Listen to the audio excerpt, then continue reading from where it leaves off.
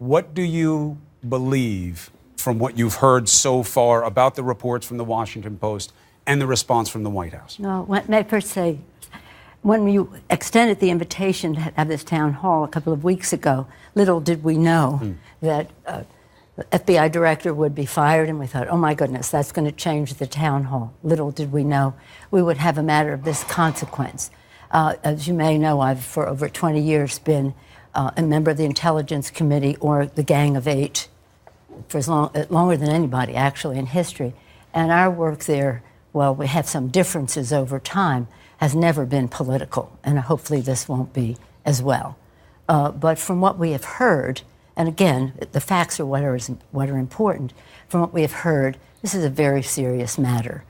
This is a code word source, highly classified information revealed to an adversarial country, and to do so in a way they're very sophisticated on intelligence. The Russians have never stopped. Putin was head of the KGB. This is what they do. And the concern would be what exactly, if the report is true? Well, that even if the president didn't reveal a source or method, that what he did reveal could be traced very directly to a source and method. And what would that mean? Well, that endangers a couple of things. It endangers the person or persons, the activity.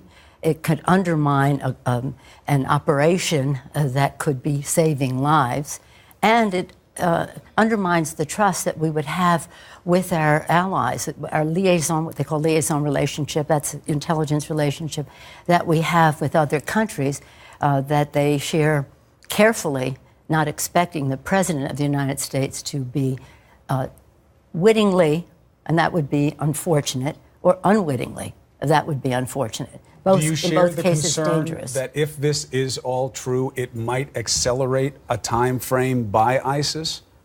We've heard that from different security experts. Do you agree with that? Of course, yes. No, they never want the target to know they're the target, or that you're onto them in a certain way. And that has accelerated their actions in the past. So now, that's another danger. Very important for reporting purposes. The Washington Post has their headline. They say it's well-sourced. The White House came out quickly and aggressively in the form of General H.R. McMaster, the National Security Advisor, of course, for President Trump. He gave a rejection of the story. Let me play it for you now. Okay. Hey, good evening, everybody. I just have a brief statement for the record. There's nothing that the president takes more seriously than the security of the American people. The story that came out tonight, as reported, is false. The president and the foreign minister reviewed a range of common threats to our two countries, including threats to civil aviation.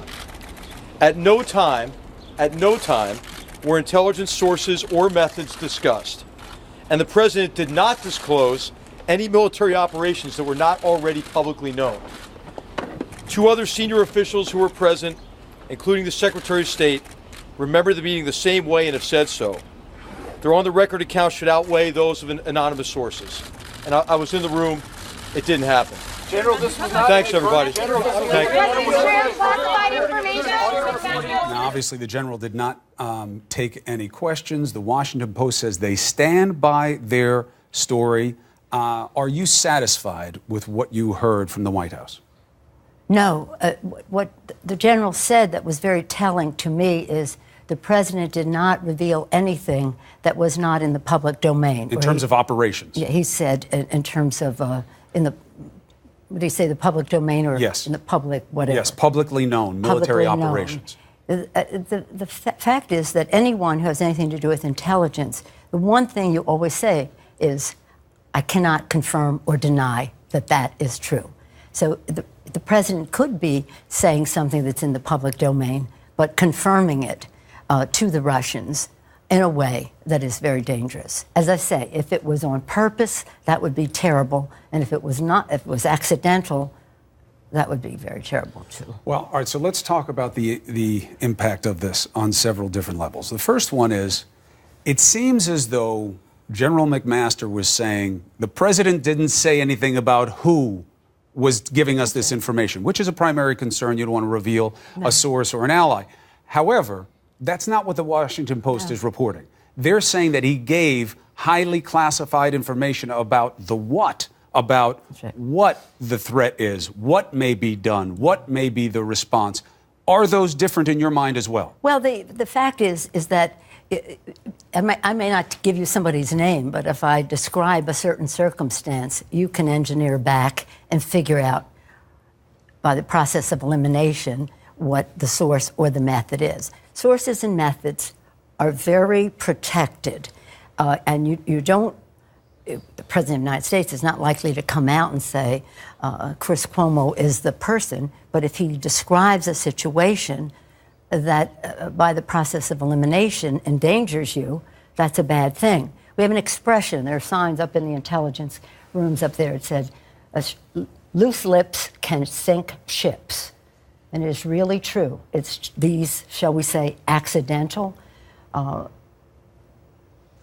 don't know what word to describe for the president, and this messy approach to intelligence that is very endangering.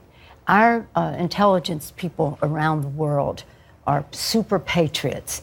They work very hard to protect the American people. When I first went on intelligence, it was about force protection. In case we were going into a military operation, how we avoid it in the first place, have the proper intelligence so that our military can succeed and quickly. It then is expanded to all kinds of things, terrorism, still force protection, very important. But what they and their families sacrifice is so much, and we have to have so much appreciation for what they do. And we cannot have the President of the United States being casually loose-lipped about confirming something, even if it's in the public domain, to an adversarial nation. And by that, you mean Russia and who he was meeting with there. In terms of getting to the bottom of it, right. Have you reached out to the White House? Do you believe there is a need for the Gang of Eight to convene and find out from any existing transcript what was said, what it means, what must be done? Well, you know, I'd hope that we'll be able to proceed in a very nonpartisan way on this. This is about the security of our country, the oath we take to protect and defend. This is as serious as it gets. Our first responsibility to protect the American people. The intelligence community is a very important part of that. And this really needs to be addressed. Now, my understanding from the report is they talked about something that had to do with aviation. And they've now scheduled an aviation briefing, classified briefing for Thursday. Maybe totally